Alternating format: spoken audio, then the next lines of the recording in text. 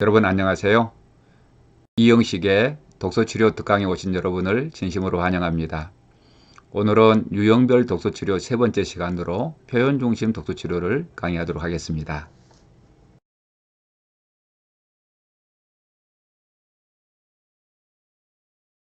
그러면은 마인드맵을 보면서 같이 생각을 해보도록 하겠습니다.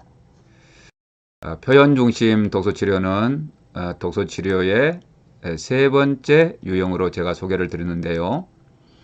지난번에 강의 시간에 보여드렸던 이 그림을 다시 한번 보면서 시작을 해보겠습니다. 우리는 독서치료를 하면서 하나의 전제가 있었죠. 그 전제가 뭐냐면은 사람은 정보를 유통하는 존재다. 그런데 그 정보가 객관적이지가 않고 자신이 관심을 가지고 모아서 마음속에 담아두었다가 다른 사람에게 유통하는 그 정보의 종류가 무엇인지, 그 정보의 또 질이 어떠한지, 그 정보의 양과 또 행위의 빈도, 지속기간 이런데 아주 심대한 영향을 받게 된다. 이런 전제를 생각나시죠? 이제 그 전제 하에서 이 정보를 받아들이는 그 관점에서 이제 촉진 활동을 하려고 하는 그런 독서치료 유형을 정보 제공형이라고 제가 이름을 붙였고요. 또 그런 정보를 활용하는 사람 입장에서는 자가치유적 독서치료라 이렇게 명명을 했습니다. 그리고 그런 정보에 이제 연결되었다 하더라도 능동적으로 그 정보를 소화해내서 자기 성장과 또 자기의 치유를 이루어내는데 이제 아직 성숙하지 못한 사람들을 그런 돕는 차원이 있겠죠. 그런 돕는 차원, 치유적 또 성장 지향적 상호작용을 돕는 차원의 독서치료, 그것을 상호작용적 독서치료라고 이름을 불렀습니다. 이제 세 번째인데요. 이렇게 우리는 양질의 정보를 마음속에 받아들여서 그것을 재료로 해서 생각한 다음에 말하기나 글쓰기나 또 다양한 예술 매체로 표현을 하든지 내 삶의 실생활에 적용해 가지고 내 문제를 해결하고 더 행복해지고 성장해지고 또 치유하는 그런 영역의 이제 정보 처리 과정이 있겠죠. 그걸 우리는 출력이라고 하겠습니다. 그렇기 때문에 이 정보 처리의 입장에서 볼 때 독서라고 하는 것은 저자가 책 속에 이제 담아놓은 그런 양질의 정보를 마음속에 받아들이는 것으로 독서가 끝나는 게 아니라 그렇게 해서 독서가 시작이 되어서 그걸 재료로 해서 내 생각에 힘을 키우고 마음의 근육을 단련하고 뭔가 창의적인 사고를 하는 그 과정에서 독서가 이제 꽃피어나고 그렇게 생각한 그 생각을 말하기나 글쓰기나 표현이나 다른 실생활에 적용해서 뭔가 삶의 변화를 이끌어내는 데까지 이르렀을 때 우리는 비로소 독서가 완성되었다. 그렇게 말할 수가 있겠죠. 그렇기 때문에 이 표현 중심적 독서치료라고 하는 것은 글이나 또 다른 여러 그 보조적인 그런 표현 매체를 통해서 일차적으로는 언어화 할 수 있도록 돕는 것이고요. 그렇게 언어화된 내용을 실제 삶에 적용하도록 격려하고 촉진하는 것이 이제 표현 중심형 독서 치료가 되겠습니다. 그러면은 이 그림을 마음속에 새기고 다시 한번 표현 중심형 독서 치료가 어떤 것인지 그 개념과 전략을 살펴보겠는데요. 자, 표현 중심형 독서 치료란 개념이 이렇습니다. 여기 보시다시피 우선 훈련된 촉진자가 필요합니다.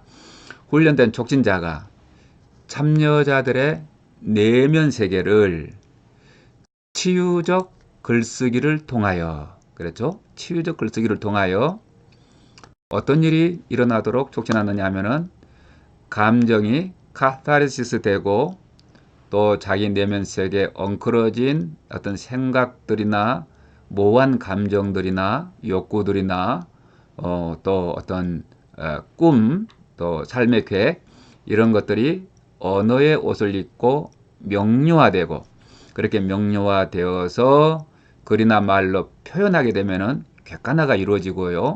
소통도 되고 또 이걸 한두 번만 하는 게 아니라 지속적으로 그룹으로 모이면 더 강력하겠죠. 그룹으로 모여서 누군가가 듣는 사람들 앞에서 이렇게 서술하게 될 때에 그런 서술을 우리가 풍부한 서술이라고 하는데요. 이런 일들이 일어나도록 촉진하는 활동이다. 이렇게 정의할 수 있습니다. 다시 한번 정해 볼까요? 표현 중심형 독서 치료란 훈련된 촉진자가 참여자들의 내면 세계를 치유적 글쓰기를 통하여 카타르시스와 명료와 객관화, 풍부한 서술 등이 일어나도록 촉진하는 활동이다. 이렇게 개념을 이제 정의하고 더 깊이 한번 들어가 보겠습니다. 그러면은 독서치료, 표현 중심적 독서치료가 이제 이런 거라면은 어떻게 해서 이 글쓰기가 이런 촉진이 가능한가? 그 글쓰기의 어떤 일반적인 특징과 또 치유적 글쓰기의 원리에 관해서 우리가 깊이 탐색한다면은 그 원리를 자신한테도 적용할 수가 있겠고, 내가 좀 도우려고 하는 그런 사람들한테도 적용할 수가 있겠고, 또 학교 상황이나 상담 상황이나 또 여러 상황에서 적절하게 활용할 수가 있겠죠. 그러면 이제 저는 좀 치유적 글쓰기의 원리를 설명하기 전에 글을 쓴다고 하는 것의 일반적인 특성에 관해서 좀 살펴보도록 하겠습니다. 여러분도 이제 글을 써보신 경험이 있으실 텐데요. 글을 쓰기, 이 글쓰기에는 어떤 일반적인 특징이 있을까 했을 때에 제가 유심히 살펴본 내용이 바로 이겁니다. 여러분 이쪽으로 한번 옮겨보겠습니다. 전정재 박사의 독서의 이해라고 하는 책에서 제가 인용한 건데요. 한국방송출판사에서 나왔습니다. 전정재 박사의 독서의 이해. 이 책은 제가 독서 치료를 하는 데 있어서 독서 행위를 공부하는 데 아주 중요한 그런 길잡이가 된 책입니다. 그 책의 전정재 박사는 글쓰기의 전체 과정에 관해서 이렇게 9가지 단계로 섬세하게 이 설명을 하고 있습니다. 글을 쓴다고 하는 것은 무엇인가? 글을 쓴다고 하는 것은 전기 신호로 존재하는 나의 막연한 감각의 신호, 또 내 생각도 사실은 생리학적으로 말할 때 우리 두뇌 세포 속에 전기 신호로 존재하지 않겠습니까? 그런 생각이 모호한 게 특징이겠죠. 왜냐하면 아직 언어의 옷을 입지 않았기 때문에 그냥 그것은 신호일 뿐이지, 전기 신호에 불과한 것이지, 그 전기 신호를 가지고 우리가 이렇다 저렇다 뭐라고 말하기 어렵죠. 그런 전기 신호 상태에 있는 모호한 생각, 모호한 감각, 모호한 자극, 모호한 욕구, 이런 걸 이제 9단계의 글쓰기 그 단계를 통해서 아주 명료화해지는 그런 과정을 전정재 박사는 이렇게 설명하고 있습니다. 그럼 하나하나 따라가 볼까요? 제 1단계가 뭡니까? 1단계가 여기 보시다시피 생각하기인데요. 아주 흐릿하고 모호한 상태로 우리 내면 세계 속에 존재하죠. 그러면은 두 번째 단계가 뭐냐면은 예를 들어서 어떤 나의 감정에 관해서 명료화를 한다고 해봤을 때, 지금 내가 느끼는 이 감정이 뭐지? 라고 스스로 질문하고 자기 내면 세계 속에 그 감정에 귀를 기울이는 단계가 있겠죠. 그 단계를 2단계 생각 듣기라고 하고요. 3단계는 뭐냐면은 그 생각이 뭔가 모호한 데서 나의 어떤 질문을 통해서 언어의 옷을 입고 떠오르기는 했어요. 그런데 이걸 바로 말을 하게 되면은 내 내면 세계가 들키는 것 같고, 또 상대방에게 상처를 줄 수도 있고, 또 여러 가지 사회적인 그런 위험을 수반하죠. 그래서 직접 말하기보다도 직접 진짜 감정은 숨기고 방관자의 말을 하게 한다 이래요. 방관자의 말. 방관자의 말은 내 내면의 진짜 감정, 진짜 욕구, 진짜 생각을 정확한 언어로 담아서 말로 표현하는 게 아니라 그 진짜 말은 숨겨두고 좀 위장된 말 있잖아요. 위장된 말. 자기 말을 하고 싶은데 뭐 책의 이야기를 한다든지 또 다른 사람의 이야기를 슬쩍 꺼낸다든지 또 이 내 감정하고 직접 관련이 없는 다른 이야기를 슬며시 이제 가지고 온다든지 이런 단계가 있다는 겁니다. 그런 단계를 이제 방관자의 방관자의 말하기 3단계라고 하는데요. 그런데 이제 이 말하는 게 안전하고 또 격려하고 지지하고 이 수용적인 분위기를 만들어 주면은 어떻게 되냐 하면은 드디어 진짜 자기가 느낀 그런 감정 또 자기의 진짜 속생각 또 진짜 욕구 진짜 어떤 바람 이런 것들을 말해요. 그런 걸 이제 참여자의 말이라고 해요. 이 4단계쯤 가야 개인 어떤 상담에서도 효과가 있는 것이고 그룹 상담에서도 효과가 있는 것이고 이제 그 말을 통한 그런 표현의 진짜 어떤 성장과 치유의 효과가 있게 되는 것입니다. 자, 그런데 아직도 글쓰기로 가려면 좀 몇 단계가 더 있습니다. 이 참여자의 말을 바로 지금 4단계까지는 속말입니다. 바로 다른 사람에게 말하기 전 단계에 이 전전제과사는 5단계로서 그림 그리기 이런 비언어적인 그런 매체의 단계를 여기 넣고 있습니다.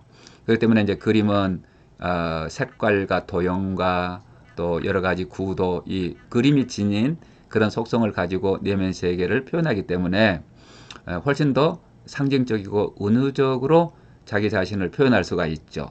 때로는 이 그림 속에는 자기가 미처 알아차리지 못하는 내면의 세계까지 이제 그림으로, 색깔로, 그림의 여러 가지 요소로 표현할 수가 있죠. 자, 이런 단계를 거쳐서 이제 드디어 소통이 가능한 상대방에게 전달이 가능한 그런 말로 표현하는 단계가 오는데요. 그 단계를 6단계라고 합니다.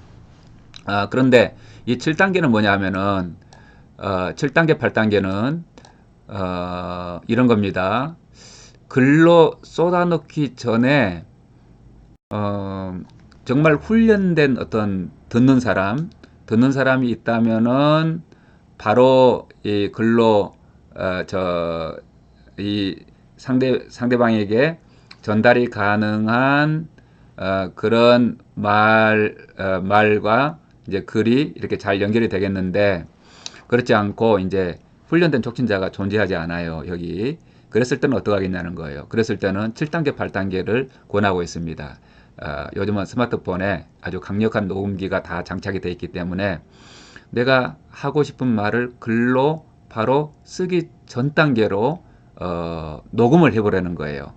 그래서 나의 감정이 어떻고 나의 욕구가 어떻고 나의 생각이 이러이러하다 하고 주저리 뭐 문법이나 철자법 그런 거 생각하지 않아도 좋잖아요. 주저리 녹음을 한 다음에 다시 그걸 들으면서 마지막 9단계에서 이제 다 그대로 옮겨 쓴 다음에 어떤 문단에 맞게 또 문법에 맞게 철자법에 맞게 그렇게 이제 교정하는 단계를 거칠 수도 있다. 그렇게 얘기를 합니다. 그렇기 때문에 여러분 이 9단계를 살펴보면은 우리 내면 세계 속에 있는 그런 감정이라든지 감각기관을 통해서 들어온 그런 정보라든지 또 나의 어떤 깊은 속 생각이라든지 나의 욕구라든지 그런 것이 글로 나온다고 하는 게 우리가 미처 알아차리지 못하지만은 얼마나 많은 단계를 통해서 언어화되는지 하는 걸 이해할 수가 있겠죠. 그렇기 때문에 어떠냐면은 우리가 이제 말에는 듣기가 있고 말하기가 있고 읽기가 있고 쓰기가 있잖아요. 이 네 가지 언어 중에서 가장 에너지가 적게 드는 게 듣기라고 합니다. 그런데 그보다는 에너지가 많이 드는 게 말하기, 그보다 에너지가 많이 드는 게 읽기, 최고로 에너지가 많이 드는 게 쓰기라고 하는 것입니다. 읽고 쓰기를 그래서 후천적인 언어라고 분류하기도 하죠. 나이가 아무리 많아도 이걸 배우지 않으면은 또 충분하게 숙달하지 않으면은 그 언어를 나의 것으로 활용할 수 없다. 그런 뜻이겠습니다. 글쓰기가 이처럼 아주 강력한 언어화 과정이다. 언어로서 자기의 어떤 속생각과 자기가 느낀 감정과 또 감각기관을 통해서 들어온 모든 자극들과 또 자기의 욕구를 아주 강력하게 개념화하는 작업이 글쓰기인데, 글쓰기는 그래서 여기 여러분 보시다시피 가장 강력한 언어화 과정이다 그랬죠. 또 글쓰기는 후천적 언어 능력이라는 걸 다시 한번 강조하고요. 글쓰기는 고독하다는 거예요. 말은 상대가 있으면 잘 되잖아요. 주거니 받거니. 그런데 글쓰기는 글을 쓰고 있는데 누군가가 말을 시키면은 그만 방해가 되죠. 그래서 글쓰기는 고독하다 하는 거고요. 글쓰기는 어렵다. 그렇죠? 이제 K 아담스라고 하는 분이 이제 저널 치료라고 하는 그 책에서 한 얘기를 제가 기억하고 있는데요.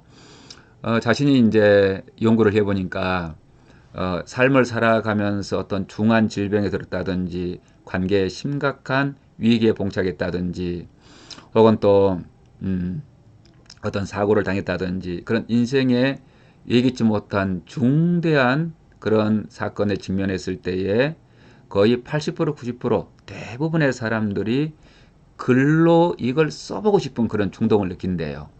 글로라도 쓰지 않으면 정말로 고통스러워 갖고 견딜 수 없는 그런 상황에 직면한다고 하죠. 그래서 사람들이 글로 내 이야기를 써봐야 되겠다라고 시작을 했는데 그렇게 해서 성공한 사람은 또 얼마 되지 않는다는 거예요. 20%도 채 되지 않을 거다. 그렇게 얘기를 하고 있습니다. 글쓰기의 필요성은 누구나 다 공감하지만 실제로 글로써 자기 자신을 충분하게 표현해낼 수 있는 사람은 그렇게 많지 않다 하는 거죠. 그렇기 때문에 이제 글쓰기가 가장 강력한 자기 어떤 성찰과 또 자기 이해, 자기 객관화, 카타르시스 이런 기능이 있음에도 불구하고 사람들이 이 글쓰기를 잘 활용하지 못하는 까닭은 글쓰기의 이 어려운 그런 특성 때문이라고 하는 것을 우리가 이해할 수가 있고요. 그렇기 때문에 훈련된 촉진자가 있다면 훨씬 더 강력하게 이 쓰기 언어를 활용할 수 있을 것이다. 그런 것이죠. 글쓰기는 일단 글로 써놓으면은 자기 자신의 내면이 객관화될 뿐만이 아니라 명료화되고 그렇게 또 쓴 글은 다른 사람들과 소통하는 데 강력한 매체가 되죠. 글쓰기의 이런 일반적인 특징을 살펴보았는데요. 글쓰기의 이런 일반적인 특징을 활용해서 글쓰기 치료는 어떻게 하려는 것입니까? 그렇죠. 성장과 치유가 일어나는 글쓰기를 할 수 있도록 촉진해 보려고 하는 것이다 하는 것이죠. 그러면 이제 이 글쓰기의 일반적인 특징에 관해서 살펴보았고 글쓰기의 치유적 원리에 관해서 생각을 해보겠습니다. 글쓰기의 치유적 원리에 관해서 이제 두 사람 정도의 이론을 좀 소개해 보려고 하는데요. 먼저 페니 베이커의 연구를 좀 살펴보도록 하겠습니다. 예, JW 페니 베이커 이렇게 부르는데요. 페니 베이커는 우리나라에 여러 권의 단행본들이 이미 출판이 되어 있습니다. 이분은 이제 심리학자이기도 하고요. 털어놓기와 건강 이런 책을 출판해서 학기사에서 펴냈고요. 또 글쓰기 치료 이런 책도 번역이 되어 있습니다. 그리고 단어의 사생활 이런 책도 있죠. 이분이 이제 연구를 해보니 어떤 글쓰기가 치유적 효과가 있는가 이걸 알아낸 분이십니다. 페니 베이커, 털어놓기와 건강, 글쓰기 치료 이런 걸 참고하시면 좋겠는데요. 페니 베이커가 발견한 건 이렇습니다. 모든 글쓰기가 다 치료 효과가 있는 것은 결코 아니다. 어떤 글쓰기가 치유 효과가 있다는 거예요. 그러면 도대체 글을 어떻게 써야 사람이 어떤 심리적인 그런 트라우마를 치료하는 그런 글쓰기가 될까? 이걸 이제 자기 제자들의 논문을 지도하면서 학예 논문을 지도하면서 그 수십 년 전에 그걸 밝혀내고 평생 연구의 과제로 삼고 그 연구 결과 보고서 겸 어떤 회고록이 털어놓기와 건강 학지사에서 나온 책이 되겠습니다. 여러분 그 책을 참고하시면은 페니 베이커의 평생 동안의 그 연구 결과를 한눈에 보실 수 있으실 거예요. 이 페니 베이커의 연구에 따르면 이래요. 모든 글쓰기가 치료 효과가 있는 게 아니라 일단은 안전한 그런 분위기 속에서 안전한 이 글을 이제 누군가가 읽으면은 어떡할까 그런 염려가 되면은 그만 방어 기제에 걸려서 진짜 치유적인 글쓰기가 나오지 않죠. 그러니까 비밀이 100% 보장되는 그런 안전한 분위기, 안전한 시스템, 안전한 공간 속에서 글을 쓰되 자기가 살아가면서 그 누구에게도 이야기할 수 없는 그런 상처가 되는 주제로 글을 쓰게 한 거예요. 친구에게도 이야기할 수가 없고 배우자에게도 이야기할 수가 없고 부모에게도 이 세상에 그 누구에게도 이야기하기 어려운 그런 상처가 되는 그런 내용을 이분이 이제 대학생들을 불러다 놓고 글을 쓰게 한 거예요. 일주일에 4번, 하루에 15분 글을 쓰게 했는데요. 털어놓기와 건강에 보면은 이제 이렇게 지시문이 있습니다. 이 글은 개인을 위한 것이다. 절대 누구에게도 인용되거나 발표되는 일이 없다. 비밀을 100% 보장한다. 이런 이제 안내 문구를 주고요. 아까 제가 말씀드린 대로 자기 지금까지 살아오면서 그 누구에게도 말하지 못한 주제에 대해서 글을 쓰라.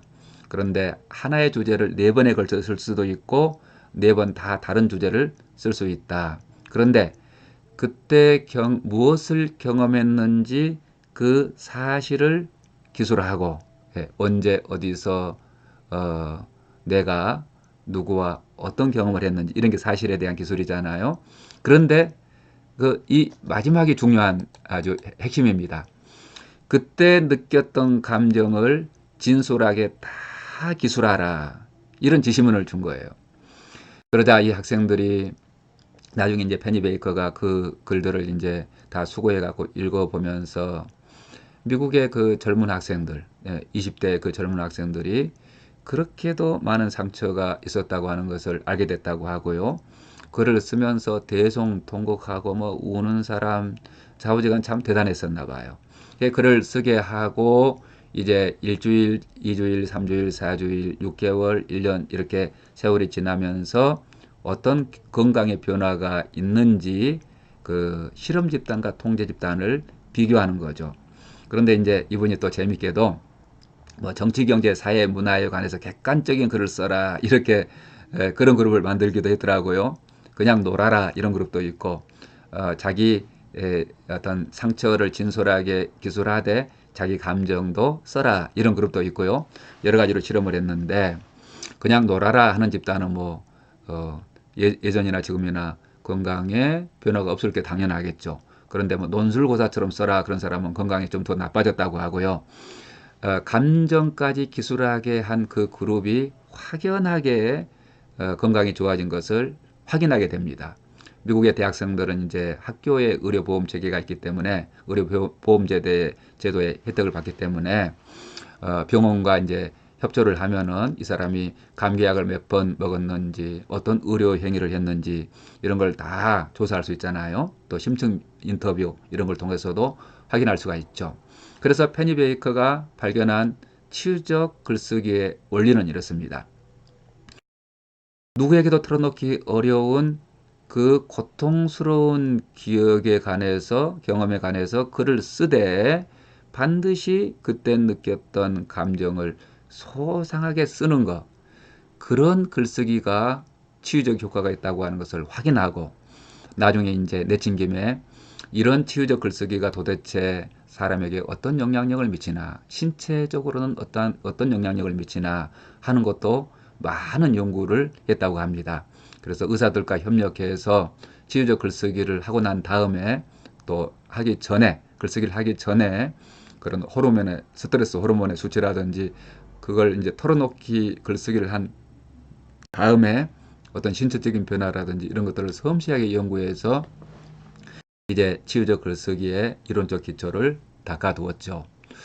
그렇기 때문에 이 치유적 글쓰기를 적용하시려고 하는 분은 이 페니 베이커의 연구를 꼭 참고해서 그 원리를 이해한 다음에 상황에 맞게, 대상에 맞게 창의적으로 그렇게 적용하시면 되겠습니다. 그리고 이제 제이콥 베스의 연구인데요. 이 제이콥 베스의 연구는 다분히 이 페니 베이커의 어떤 원리를 응용한 것 같아요. 어떻게 응용했냐면은 먼저 이분은 이제 미국의 여성분이신데요. 평생 동안 글쓰기 치료를 자기 스스로 성장과 치유를 위해서 또 활용할 뿐만이 아니라 다른 사람들에게도 가르치는 그런 대표적인 분 중에 한 분입니다. 제가 2005년 세인트 루이스죠. 미국의 세인트 루이스에 있는 미국 시치료 협회에서 진행한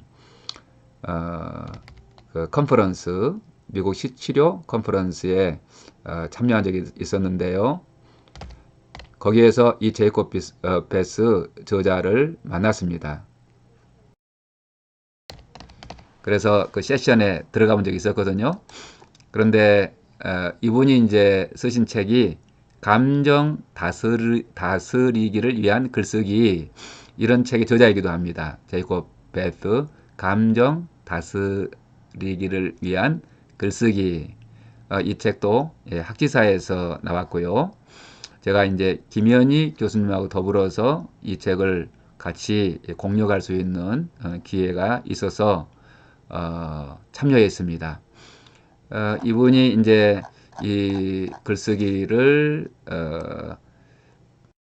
페니 베이커의 글쓰기 치료의 원리를 그대로 응용하되 상당히 좀 체계적이고 이렇게 구체화시켰더라고요. 그래서 한번 제가 예를 들어 보겠습니다. 요건 이렇게 좀 지우고 어떻게 하라고 하느냐 하면은 이렇게 해보라고 그래요. 보이시죠? 여기 하나하나 살펴보겠습니다. 먼저 당신의 감정에 거리를 두어라, 이렇게 제안을 하네요. 당신의 감정에 거리를 두어라. 당신의 감정에 대해서 정의를 내려라. 정의. 이 감정을 다스리는 데 있어서 너무너무 중요한 게 뭐냐면은 자기가 느낀 그 감정, 그 모호한 감정에 이름을 붙여주는 거예요.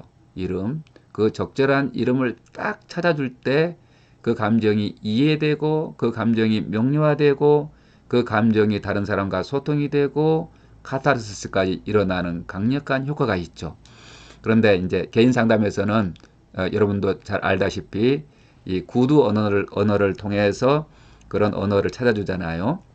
근데 치유적 글쓰기에서는 이 글로서 그런 단어를 찾아주기 때문에 더 강력한 객관화와 강력한 명료와 카타르시스가 일어난다고 하겠습니다. 갈등이 있고 막힌 감정을 분출해라. 글을 쓰면서 뭐 대성통곡하는 경우는 너무나 많죠. 글을 쓰면서 깔깔깔 웃기도 하고요. 분노하기도 하고요. 한숨을 내쉬기도 하고요. 또 눈물을 흘리기도 하고 이런 이제 감정의 분출이 일어나고 압도하는 감정을 경험하는 동안 재집중하라. 그 감정을 그냥 흘려보내지 말고 이게 뭐지?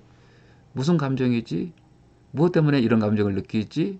내가 어떤 시각으로 이 사건을 보지? 이렇게 말이죠. 그래서 이 경험하는 동안에 압도하는 감정을 경험하는 동안에 재집중하라. 감정을 명료화하기 위하여 구조와 체계화 기술을 사용하라. 이게 이제 이분의 제안인데요. 감정 다스리기를 위한 글쓰기, 그 책에 보면은 아주 체계적으로 동사무소에 가면은 여러분 출생신고를 할 때 그 양식을 받으시죠. 출생신고가 성립되려면은 필요한 요소를 빠뜨리면 안 됩니다. 어떤 요소를 써야 되나요? 그 출생한 아기의 이름, 생년월일, 출생한 곳, 주소, 부모, 엄마의 뭐 주민등록번호, 아빠의 주민등록번호, 이런 거 있잖아요. 또 성별, 이런 걸 구성 요소를 다 채워 넣지 않으면은 출생 신고가 성립이 안 되죠. 그런데 이제 이 구조화 체계화된 이 감정 다스리기 글쓰기에서 제이콥 베스가 그런 나름대로 동사무소에서 쓰는 그런 양식과 같은 양식을 여기 제시하고 있습니다. 이 양식 글쓰기에 이제 훌륭한 점이 뭐냐면은 훈련되지 않은 사람이 이제 뭔가 자기 감정을 다스리기 위해서 글을 쓰려고 하면은 놓치기 쉬운 그런 부분들 있잖아요.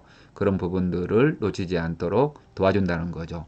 감정이 사라진 뒤 재편성하라. 이 재편성이라고 하는 것은 더 바람직한 행동이 무엇인지, 또 자기가 느끼고 싶은 진짜 감정이 무엇인지, 그런 걸 목표를 설정한 다음에 비슷하게 그런 상황에 직면했을 때 다르게 해석하고 다르게 해석이 되면은 다른 느낌을 가지게 되고, 느낌이 다르면은 이전과 다르게 행동할 수 있다고 하는 것이죠. 새로운 기술을 지속적으로 사용하고 당신의 삶에 내면화시켜라. 그래서 이 제이콥 베스는 아예 이 포스트잇 같은 것을 활용하라고 합니다. 그래서 나를 자주 괴롭히는 그런 감정들 있잖아요. 그런 상황들을 이런 과정을 통해서 구조화되고 체계화된 그런 글쓰기를 통해서 성찰한 다음에 재구조화.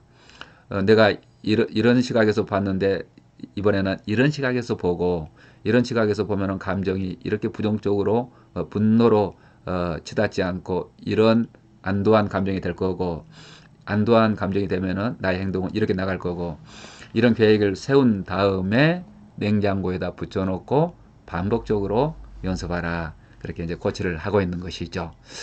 자, 페니 베이커와 제이콥 베스의 지휘적 글쓰기 원리에 관해서 말씀을 드렸는데요.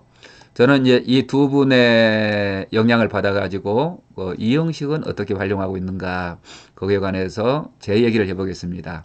이건 저의 경험이기 때문에 또 여러분은 여러분 나름대로의 아주 훌륭한 그런 프로세스, 어떤 감정을 다스리는 글쓰기의 과정과 또 양식, 이런 걸 개발해서 자기 자신에게도 적용하고 다른 사람을 돕는데도 적용하면 되겠죠. 먼저 저는 이제 글쓰기 양식을 아예 프린터해서 한 학기 분량을 참여자들에게 나눠줘요. 이제 기본적인 내용을 쓰게 하죠. 기본적인 내용에는 막 이런 겁니다. 어떤 책을 읽었으면 읽은 책이 무엇인지, 저자가 누군지, 출판사가 누군지, 또 원제가 뭐였는지. 원제는 왜 쓰게 하느냐 하면은 그 책을 읽는데 주제를 파악하는데 대단히 도움이 되기 때문에 그래요. 한국말로는 엉뚱하게 번역되어 있는 게 참 많거든요. 그리고 이 글을 쓴 사람, 또 쓴 날짜, 이런 기본적인 내용을 쓰게 하고, 제가 이제 제시한 두 번째의 요소는 뭐냐 하면은 이 책을 읽고 나서 기억하고 싶은 어떤 구절이 있다면 어떤 것인가, 그걸 한두 구절 정도만 아예 옮겨 써봐라. 이렇게 제가 요청을 하죠. 뭐 그림책도 괜찮고요, 문학도 괜찮고요, 또 비문학도 괜찮고, 딱 기억하고 싶은 것, 뭐 많아야 세 구절 넘어가지 않도록 한두 구절 그걸 한번 베껴 써봐라. 이렇게 하고요. 그런데 그걸 베껴 쓰는 동안에 나에게 연상되는 어떤 경험이 있다면은 무엇이냐? 어떤 기억 있잖아요. 어떤 기억, 경험, 특정한 어떤 인물, 또 특정한 어떤 상황, 이런 것들을 이제 간략하게 쓰게 하고, 그런데 그걸 연상할 때 내 반응이 어떤가, 그걸 쓰게 하죠. 예를 들어서 몸의 반응은 어땠나, 정서적인 반응은 어땠나, 희노애락의 감정이 어떻는지 그걸 언어로, 단어로 표현하도록, 그리고 나의 어떤 행동의 반응이 있었다면 어떤 것인가, 이런 걸 성찰하게 하고, 자, 1, 2, 3, 4 단계를 이제 거치는 동안에 뭔가 이 책에 대해서 나의 어떤 반응을 간략하게 단어나 문장으로 정리했잖아요. 정리하고 나서 이 책에 대해서, 혹은 이 경험에 대해서, 혹은 나의 이 반응에 대해서 뭘 이야기할 수 있는지 자유롭게 A4 용지 뭐 한 장 정도 그렇게 서술하시오. 그렇게 서술하도록 합니다. 그렇게 하고 나서 이제 그룹으로 우리가 주로 모이기 때문에 자기가 서술한 그 내용을 그룹에서 발표할 수도 있고요. 혹은 지도자에게만 피드백을 받을 수가 있는데 그건 이제 참여자들의 선택이고요. 또 같은 책을 읽고 개인적으로 봤을 때 느낌이 다르고 같이 토론했을 때 또 추가로 얻게 되는 어떤 인상들이 있지 않겠습니까? 더 다른 시각이라든지 더 많은 정보라든지 또 다른 사람의 자유로운 반응들을 듣고 토론하게 되죠. 그렇게 토론하면서 추가로 얻게 된 어떤 내용, 그 내용이 있다면은 그 보고서에다가 또 몇 자 이렇게 쓰게 되는 거예요. 이런 내용으로 이제 제가 폼을 만들어서 사용하고 있는데 상당히 효과적이었습니다. 여러분도 이제 저의 이 양식을, 글쓰기 양식을 응용해 가지고 또 자신의 어떤 철학에 맞게 또 사람을 변화시키는 전략에 맞게 자신의 어떤 특징에 맞게 내용들을 추가할 건 추가하고 뺄 건 빼가지고 그렇게 활용하시면 되겠죠. 자, 이렇게 해서 우리는 이제 글쓰기의 일반적인 특징 또 치유적 글쓰기의 원리까지 살펴보았습니다. 그런데 이 치유적 글쓰기는 아주 대단히 기법이 섬세하게 발달되어 있어요. 이 치유적 글쓰기 기법을 아주 잘 소개하는 책이 K 아담스라고 하는 분의 저널 치료, 저널 치료. 물론 페니 베이커의 글쓰기 치료라고 하는 책에도 상당히 도움이 됩니다만은 글쓰기 기법, 특별히 치유적 글쓰기 기법에 관한 한 이 K 아담스의 저널 치료가 아주 가장 집대성되어 있다 이렇게 볼 수가 있겠습니다. 저도 이 책에서 많이 배웠는데요. 저널 치료입니다. K 아담스의 저널 치료. 제가 여러분한테 저자의 이름을 여기다 적어드려 보겠습니다. 이렇게 됩니다. 여기 보이시죠? 캐틀린 아담스. 그러니까 원래 이름은 캐틀린 아담스인데요. 그 애칭으로 K 아담스 이렇게 부르더라고요. 저도 이분한테 한 두어 세션 정도 지도를 받아본 적이 있습니다. 이번에 이제 저널 치료라고 하는 책에 보시면은 다양한 기법들이 소개가 되고 있는데 그 중에서 제가 활용해 보고 어떤 뛰어난 그런 효과가 있었던 걸 몇 가지를 소개해 보려고 합니다. 그리고 이제 기회가 되는 대로 이후의 강의에서 이 기법들 하나하나가 제대로 활용하면 대단히 강력한 효과가 있기 때문에 워크숍 하는 그런 방식으로 한 그 기법을 강의 하나로 해가지고 실제로 여러분이 바로 따라할 수 있도록 그렇게 한번 안내를 해볼까 합니다. 그래서 오늘은 이 개념과 목록만 말씀을 드리려고 합니다. 먼저 5번 전력질주 이런 기법이 있어요. 5분 전력질주. 물론 이제 시간에 따라서 뭐 3분, 2분, 1분, 10분 전력질주 이렇게 만들 수 있겠죠. 그런데 기본적으로 5분 전력질주 이런 기법이 있는데요. 이 기법을 활용하는 데는 이제 타이머 시계가 필요해요. 여러분 스마트폰에 다 타이머 기능이 있죠. 그 5분 후에 종이 땡 하고 울리도록 시간을 정해놓고 일단 주제를 주는 게 좋더라고요. 예를 들어서 내가 요즘 스트레스 받는 것들 이런 주제를 주어도 되고 또 내가 꼭 이루고 싶은 꿈이 있다면 이렇게 주제를 줘도 되고 그 주제를 주고 글을 일단 딱 쓰기 시작하는데요. 시계가 종이 땅 울릴 때까지 멈추지 않고 계속해서 글을 쓰는 겁니다. 그러면 이제 어떤 분이 궁금하겠죠. 아니 어떻게 글을 쓸 수가 있습니까? 글 쓰다가 멈춰지면 어떡하죠? 생각이 안 나면 어떡하죠? 그런데 이제 이렇게 제안을 합니다. 생각이 나지 않으면은 그 사실을 써서라도 멈추지 말고 5분 동안 글을 쓰는 게 중요하다 그래요. 예를 들어서 글을 쓰다가 딱 이제 막혔어요. 막혔네. 여기서 막혔어. 여기서 막혔어. 여기서 막혔네. 어떡하지? 왜 생각이 안 나지? 빨리 써야 되는데. 이렇게 해서라도 좌우지간 계속 자판을 두드리거나 연필로 쓰고 있으면은 이제 신기하게도 그 다음 생각이 나면은 이제 이어쓰고, 또 중간에 또 막히면은 또 막혔네, 또 막혔네, 또 막혔네. 왜 나는 자꾸 막힐까를 쓰더라도 계속 좌우간 써가는 거예요. 이렇게 해서 5분 땅 종이 울리면은 문장을 절반 쓰다 말았다 하더라도 연필을 딱 그런 녹는 방법이죠. 제가 이 5분 전력 질주를 수없이 많은 그룹에서 수없이 많은 사람들에게 시켜봤는데요.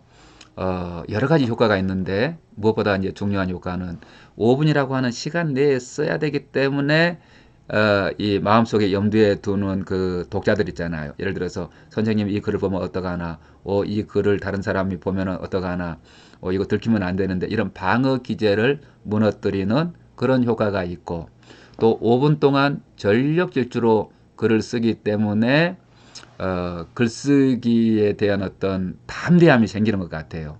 그렇죠? 그러니까 뭐 이 남에게 보이려면 글을 어떻게 잘 써야 되고 미사여구를 써야 되고 이 단어를 써서 돼야 되나 말아야 되나, 그렇기 때문에 글이 오히려 막히는데 5분 동안에 뭐라도 써야 되기 때문에 막 하고 쓰다 보면은 오히려 이제 글쓰기에 대한 담대함이 생기게 되고요. 전문 작가들도 이 5분 전력 질주 기법을 활용해서 진짜 글을 쓰게 될 때 워밍업을 한다고 합니다. 이게 주제에 따라서 아주 굉장히 깊이 들어가기도 하더라고요. 한 번은 제가 선생님들 그룹하고 이제 이 5분 전력 질주 글쓰기를 했는데요. 내가 스트레스 받는 거 이거 5분 동안 쓰게 했어요. 그래가지고 제가 제안을 했거든요. 자기가 쓴 걸 이제 5명씩 이렇게 그룹을 지어서 서로 발표해보면 어떨까요? 그랬더니 선생님들 상당히 많은 부분들 거기를 절레절레 흔들더라고요. 그러니까 뭐냐면은 그 방어 기제가 무너뜨려졌고, 다른 사람들한테 말하기 어려운 내용까지도 그 글 속에 지금 드러나게 된 거예요. 그랬을 때는 좀 가벼운 주제를 주면 좋더라고요. 예를 들어서 내가 이루고 싶은 꿈, 이런 긍정적인 주제 있잖아요. 긍정적인 주제를 주면은 이제 발표하는데 별 지장이 없습니다. 이렇게 5번 전력 질주 기법을 설명드렸고, 그 다음에 목록 글쓰기인데요. 이 목록 글쓰기는 정말로 제가 아주 마르고 닳도록 활용하는 강력한 그런 기법입니다. 목록 글쓰기는 이제 재미있으면서 쉬우면서 그러면서도 강력한 그런 글쓰기가 되는데, 대단히 다양한 그런 방법으로 활용할 수가 있습니다. 한번 예를 들어서 이제 꿈 목록, 내가 평생 동안 이루고 싶은 꿈 목록 100가지 쓰기, 100가지. 그러면 이게 이제 요즘 유행하는 버킷리스트가 되잖아요. 내가 평생에 걸쳐서 이뤄보고 싶은 100가지 꿈, 이런 목록이 되죠. 그런데 이런 건 어떨까요? 나의 강점 100가지, 이런 식으로. 강점. 그러면 이건 자기를 발견하는데 강력한 그런 효과가 있겠죠. 뿐만이 아니라 이 목록 글쓰기는 타인의 강점 100가지, 이렇게 이제 적용할 수가 있습니다. 타인의 강점, 특별히 어떤 배우자의 강점 100가지, 또 내 아이의 강점 100가지, 뭐 이런 거 있지 않습니까? 그러면 이 100가지를 쓰고 나면 어떤 생각이 드냐 하면은 존경하고 신뢰하는 마음이 들어요. 여러분 만약에 이 강의를 듣는 분 가운데서 어떤 배우자에 대한 100가지 강점이라든지 또 자녀에 대한 강점 100가지를 한번 실제로 써보세요.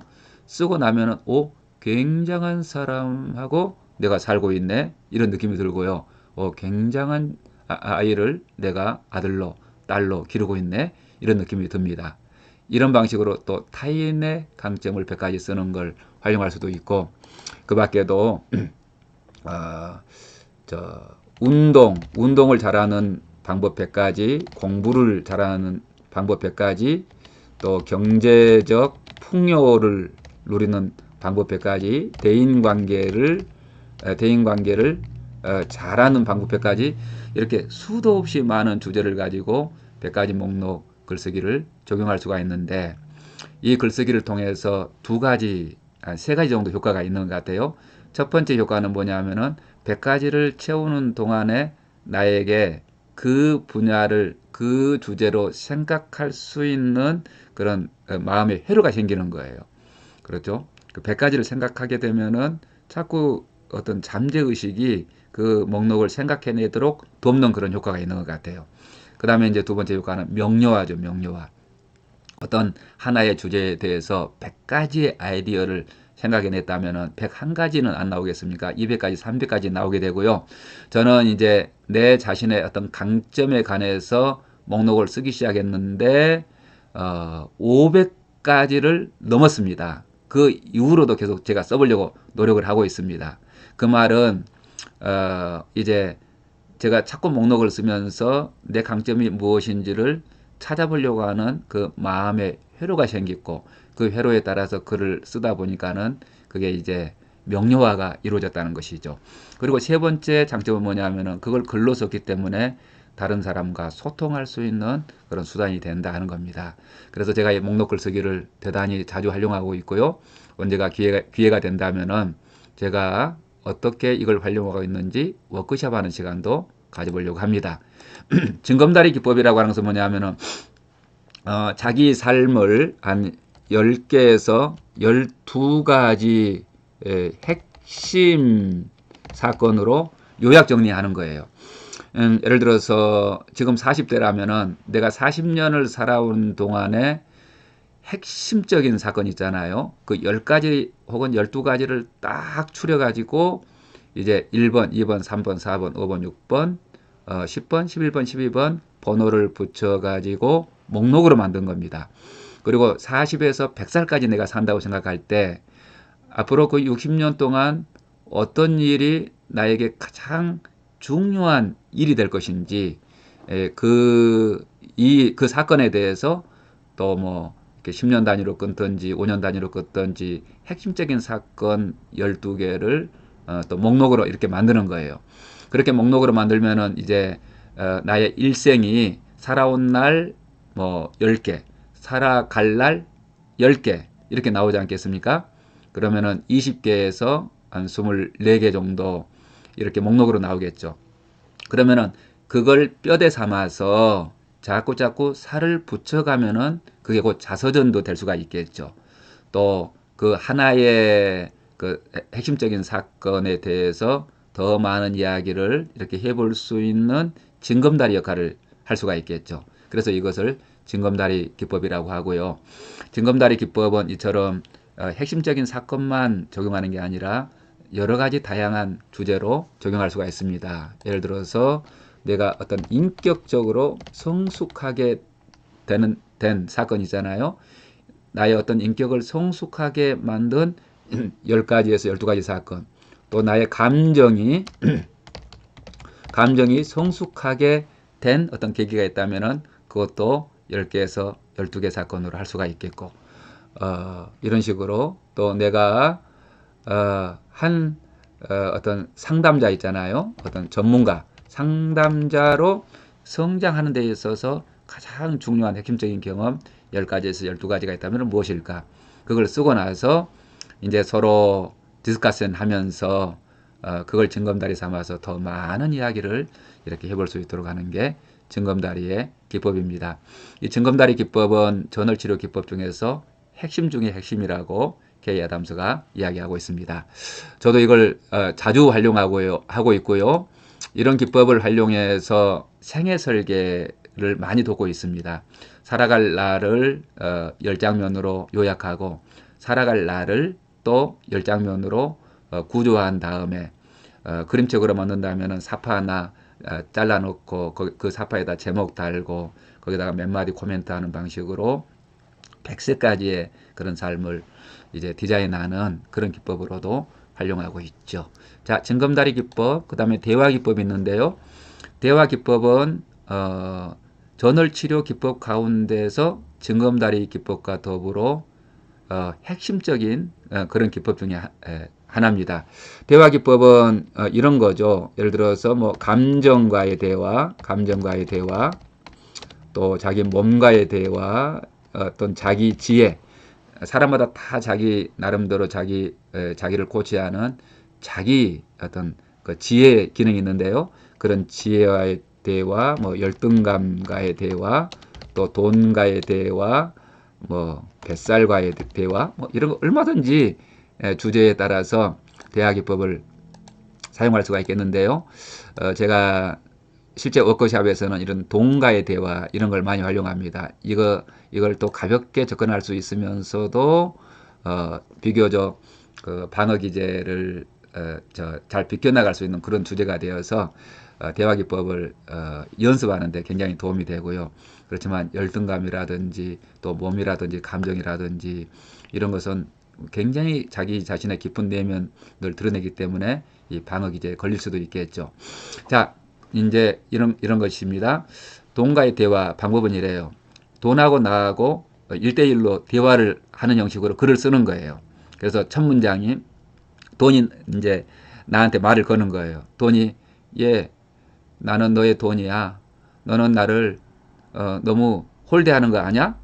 이렇게 이제 말을 걸었다고 쳐요. 그러면 내가 돈의 그 대화에 대해서 또 반응을 하는 거예요. 아니, 나는 너를 홀대한 적이 없는데 왜 그렇게 생각해? 그건 돈이 또 말하는 거죠. 아니, 너 홀대하는 건 맞아. 너는 뭐 나를 함부로 쓰잖아. 그리고 맨날 돈 없다고 나한테 불평하잖아. 그렇게 하면은 또 내가 그 말에 대해서 또 대꾸하고 이렇게 어떻게 결론을 정해놓지 않은 것이기 때문에 제가 이제 이것도 실제로 워크숍을 하면서 굉장히 많은 사람들하고 같이 해보는데요. 돈에 대해서 제가 10번은 쓴 것 같아요. 그런데 참 재밌게도 단 한 번도 똑같은 글은 나오지 않는다는 거예요. 그렇게 이렇게 하나의 주제에 대해서 여러 번 쓰게 되면은 나의 어떤 돈에 대한 가치관, 몸에 대한 가치관, 감정에 관한 가치관, 지혜, 열등감, 기타 뭐 등등 여러 가지 주제에 대해서 나의 사고가 어떻게 변화되고 있는지를 또 종적으로 비교해 볼 수 있는 그런 계기도 되더라고요. 여러분도 한번 연극 대본을 쓰듯이 써보시기 바랍니다. 특별히 이 감정이 몹시 흥분되고 불편할 때 종이하고 펜을 들고 자기 감정과 대화를 시작하게 되면은 제가 장담합니다. 한바닥에 감정과의 대화 글쓰기를 쓰고 나면은 반드시 마음이 진정이 되고 카타르시스가 일어나고 그 문제에 대한 새로운 시각과 또 해결할 수 있는 그런 내면의 힘이 에너지가 솟아나게 될 겁니다. 이렇게 해서 전월 치료에 있어서 이 대화 기법은 대단히 핵심적으로 활용이 되고요. 그 다음에 생애 설계 그림책 만들기 이건 아까 징검다리 글쓰기에서 설명을 드렸죠. 자기 살아온 날을 10개 정도의 장면으로 이제 요약을 하고 살아갈 날을 또 10개의 장면으로 이렇게 디자인한 다음에 그걸 분절한다고 제가 표현해요. 분절하게 한 다음에 그 각 시기에 맞는 그런 사파를 그리든지 아니면은 그림이 좀 어설프신 분은 뭐 잡지에서 오려 붙이든지 인터넷으로 인쇄해서 붙이든지 그 그림에다 제목을 달고 또 그 그림 밑에다가 몇 마디 글을 쓰는 방식으로 그렇게 진행할 수가 있는데요. 그렇게 하면은 짧게는 한 20여 페이지, 짧게는 12페이지 정도, 길게는 한 20페이지, 24페이지 정도의 그런 분량으로 자기 삶을 이렇게 설계하는 그런 그림책을 만들 수가 있습니다. 이것도 제가 수백 명한테 해봤는데요. 참 재미있고 유익한 그런 활동입니다. AAM 기법은 제가 이거 소개해 드렸죠. 지난 강의에서 All About Me의 약자인데요. All About Me 소개해 드렸습니다. Shapes 그래가지고 Self는 사회적 자아 그렇게 말씀드렸죠. 사회적 자아 사회적으로 내가 도대체 어떤 사람인지 남자인지 여자인지 나이는 몇 살인지 학력은 뭔지 어떤 언어를 사용하는지 등등 그런 걸 쭉 리스트로 만든 거고요. 그 다음에 어떤 열정, 하트죠. 열정, 자기 마음이 흐르는 곳. 그 다음에 능력, ability, SHAP. 그 다음에 성격 있었고요. 그 다음에 경험 있었습니다. 그리고 마지막으로 자기 강점을 이렇게 쓰는 거. 그래서 이걸 제가 all about me 6가지 영역을 다 목록으로 써서 그걸 이제 그룹 안에서 발표함으로 말미암아서 이제 이야기를 풍성하게 만드는 그런 기법으로 all about me AAM 기법을 활용하고 있습니다. 자, 그 다음에 이제 우연에 의한 은유 개발인데 이건 이제 시치료에서 대단히 자주 활용하는 그런 기법이에요. 이걸 하는 방법은 이렇게 됩니다. 원관념을 쭉 내리써요. 원관념. 원관념이라고 하는 것은 수식을 받는 거죠. 그리고 보조관념을 써요. 보조관념이란 수식하는 거죠. 예를 들어서 내 마음은 호수다. 그랬을 때 여기 내 마음은 원관념이잖아요. 원관념. 그걸 내가 드러내고 싶은 거죠. 뭘로요? 보조관념, 호수라고 하는 보조관념을 통해서 드러내고 싶은 것입니다. 그랬을 때 원관념 목록을 쭉 만들게 해요. 1번부터 한 20번까지 쭉 번호를 이렇게 맞추면서 주제를 주면 좋더라고요. 뭐 내가 하고 싶은 거 뭐 12가지 뭐라든지 내가 하고 싶은 거 20가지라든지 이런 거 있잖아요. 나는 예를 들어서 뭐 여행을 하고 싶다. 나는 낚시를 뭐 해보고 싶다. 이렇게 쓰게 만드는 거죠. 나는 상담을 공부해보고 싶다. 나는 또 경비행기를 몰아보고 싶다. 뭐 등등 있지 않습니까? 이렇게 쭉 쓰게 한 다음에 이 보조관념은 어떻게 쓰게 하면 좋으냐 하면은 오감의 그런 언어를 활용해서 쓰게 하면 좋아요. 예를 들어서 오감이란 뭡니까? 보고 듣고 또 촉감 느끼고 맛보고 또 뭡니까? 냄새 맡는 거잖아요. 그러면은 냄새로 친다면은 아카시아 향기, 소리라면은 벌의 비행 소리 뭐 이런 거 있지 않습니까? 또 뭔가 감촉이라면은 촉촉한 꽃잎 뭐 등등 이런 식으로 보조관념을 쭉 내리쓰게 해요. 그런데 이제 중요한 게 읽는 방법이 이건 중요한데요. 어떻게 읽으면 좋으냐 하면은 요렇게 무조건 원관념의 1번과 보조관념의 1번을 이렇게 결부시켜서 읽는 거예요. 그래서 이걸 우연에 의한 은유 개발이라고 하는 거예요. 사람은 마음의 습관이 있어가지고 어떤 은유를 써보라 그러면은 은유적인 표현이나 상징적인 표현을 써보라 그러면은 마음의 습관을 벗어나기가 참 어려워서 아무리 생각해도 자기 그 마음의 습관을 뱅뱅 도는 것밖에 생각하지 못하잖아요. 그런데 지금 하는 방법은 원관념과 보조관념을 강제로 연결시켜서 우연에 의해서 나의 어떤 마음의 습관을 깨뜨리는 창의적인 그런 발상이 나오게 하는 방법이거든요. 그래서 읽는 방법이 2개인데 여행은 아카시아 향기다. 이렇게 하면은 이제 은유적인 표현이고요. 직유적인 표현은 이렇습니다. 아카시아 향기 같은 여행 이렇게 해요. 낚시는 벌의 비행소리다. 벌의 비행소리 같은 낚시. 상담은 촉촉한 꽃잎이다. 촉촉한 꽃잎 같은 상담. 이런 식으로 하는 거예요. 또 재밌는 건 이제 우연에 의한 은유 개발은 내가 써놓은 이 원관념에다가 그룹으로 진행한다면은 다른 사람이 써놓은 보조관념을 강제로 결부시켜 가지고 또 읽어보게 해요. 이렇게 하면은 정말로 재밌습니다. 사람들이 깔깔깔 웃고요.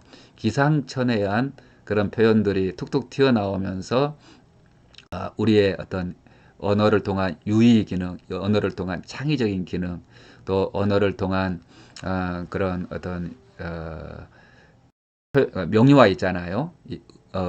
우리 마음을 감동시키는 하나의 은유가 말로 이렇게 표현될 때 사람들이 정말로 행복해하고 많이 웃게 되고 또 많이 이렇게 생각이 열리게 되는 것 같아요. 그래서 우연에 의한 은유 개발 이런 것도 제가 자주 활용하는 그런 방법입니다. 이 밖에도 이제 K 아담스의 전월 치료라고 하는 책에 보면은 전월 치료의 이론서도 있고 전월 치료의 실제도 있는데요. 그 전월 치료에 보면은 20가지가 넘는 다양한 기법들이 거기 소개되어 있는데 이 목록을 알았다고 그래서 이 목록이 우리의 실제적인 기술이 된 건 아니지 않습니까? 그렇기 때문에 여러분 시간이 되는 대로 그 이론서를 읽어보고 그 워크샵 그 실제 있잖아요. 그 책에 있는 기법들을 한번 꾸준하게 경험을 해보는 거예요.